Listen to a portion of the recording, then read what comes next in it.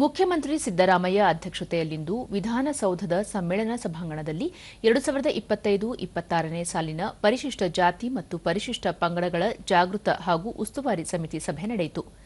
ಈ ವೇಳೆ ಸಚಿವರಾದ ಎಚ್.ಕೆ. ಪಾಟೀಲ್, ಎಚ್.ಸಿ. ಮಹದೇವಪ್ಪ, ಆರ್.ಬಿ. ತಿಮ್ಮಾಪುರ್, ರಾಜ್ಯ ಸರ್ಕಾರದ ಮುಖ್ಯ ಕಾರ್ಯದರ್ಶಿ ಶಾಲಿನಿ ರಜನೀಶ್ ಸೇರಿದಂತೆ ಇಲಾಖೆಗಳ ಅಧಿಕಾರಿಗಳು ಉಪಸ್ಥಿತರಿದ್ದರು.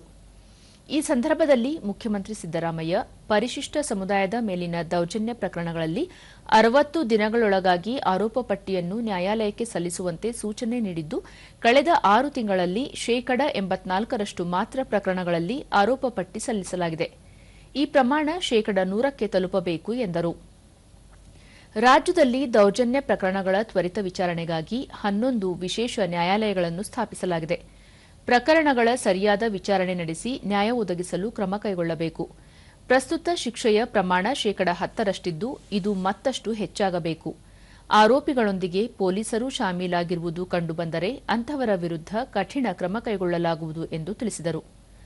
ಸುಳ್ಳು ಜಾತಿ ಪ್ರಮಾಣ ಪತ್ರ ಪ್ರಕರಣಗಳಲ್ಲಿ ಕಟ್ಟುನಿಟ್ಟಿನ ಕಾನೂನು ಕ್ರಮ ಕೈಗೊಳ್ಳಬೇಕು ಎಂದು ಸೂಚನೆ ನೀಡಿದ ಅವರು, ನ್ಯಾಯಾಲಯಗಳಲ್ಲಿ ಸುಳ್ಳು ಜಾತಿ ಪ್ರಮಾಣ ಪತ್ರ ಪ್ರಕರಣಗಳ ಕುರಿತು ತೀರ್ಪು ಬಂದರೂ ಈ ಸಂಬಂಧ ಸಾಬೀತಾಗಿರುವ ಪ್ರಕರಣಗಳು 170 ಮಾತ್ರ. ಸುಳ್ಳು ಪ್ರಮಾಣ ಪತ್ರ ಪಡೆದು ಸರ್ಕಾರದ ಸೌಲಭ್ಯಗಳನ್ನು ಪಡೆದಿರುವುದು ಸಾಬೀತಾದರೆ ಅದನ್ನು ಮರಳಿ ಪಡೆಯಲು ಕ್ರಮ ಕೈಗೊಳ್ಳಬೇಕು ಎಂದು ಕಟ್ಟುನಿಟ್ಟಿನ ಸೂಚನೆ ನೀಡಿದರು.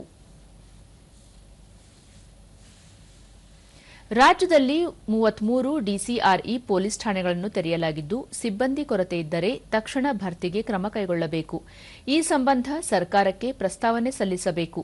ದೌರ್ಜನ್ಯ ಪ್ರಕರಣಗಳಲ್ಲಿ ಪ್ರತಿ ದೂರು ದಾಖಲಿಸುವ ಪ್ರವೃತ್ತಿ ಹೆಚ್ಚುತ್ತಿರುವುದು ಸರ್ಕಾರದ ಗಮನಕ್ಕೆ ಬಂದಿದೆ. ಅಂತಹ ಪ್ರಕರಣಗಳಲ್ಲಿ ಸ್ಥಳಕ್ಕೆ ಭೇಟಿ ನೀಡಿ ಪರಿಶೀಲನೆ ನಡೆಸಿ ದೂರಿನಲ್ಲಿ ಸತ್ಯಾಂಶವಿದ್ದರೆ ಮಾತ್ರ ಎಫ್ಐಆರ್ ದಾಖಲಿಸಬೇಕು ಎಂದು ನಿರ್ದೇಶನ ನೀಡಿದರು. ರಾಜ್ಯಾದ್ಯಂತ ದೇವದಾಸಿಯರ ಸಮೀಕ್ಷಾ ಕಾರ್ಯ ಈಗಾಗಲೇ ಆರಂಭಿಸಲಾಗಿದ್ದು, ಸಮೀಕ್ಷೆ ಪೂರ್ಣಗೊಂಡ ಬಳಿಕ ಅವರ ಪುನರ್ವಸತಿಗೆ ಒತ್ತು ನೀಡುವ ಜೊತೆಗೆ ಈ ಸಮಸ್ಯೆಯನ್ನು ಹೋಗಲಾಡಿಸಲು ಅಗತ್ಯ ಕ್ರಮ ಕೈಗೊಳ್ಳಲಾಗುವುದು. ಜೊತೆಗೆ ಬಾಕಿ ಇರುವ ಬ್ಯಾಕ್ಲಾಗ್ ಹುದ್ದೆಗಳ ಭರ್ತಿಗೆ ಕ್ರಮ ಕೈಗೊಳ್ಳಲಾಗುವುದು. ಬ್ಯಾಕ್ಲಾಗ್ ಹುದ್ದೆಗಳ ಭರ್ತಿಯಲ್ಲಿ ಯಾವುದೇ ರಾಜಿ ಇಲ್ಲ. ಸರ್ಕಾರ ಪರಿಶಿಷ್ಟ ಸಮುದಾಯದ ಪರವಾಗಿದ್ದು, ಈ ಸಮುದಾಯದ ಅಭಿವೃದ್ಧಿಗೆ ಬದ್ಧವಾಗಿದೆ. ಅಭಿವೃದ್ಧಿ ವಿಷಯದಲ್ಲಿ ಅಡ್ಡಗಾಲು ಹಾಕುವ ಅಧಿಕಾರಿಗಳ ವಿರುದ್ಧ ಕಠಿಣ ಕ್ರಮ ಕೈಗೊಳ್ಳಲಾಗುವುದು ಎಂದು ಹೇಳಿದರು.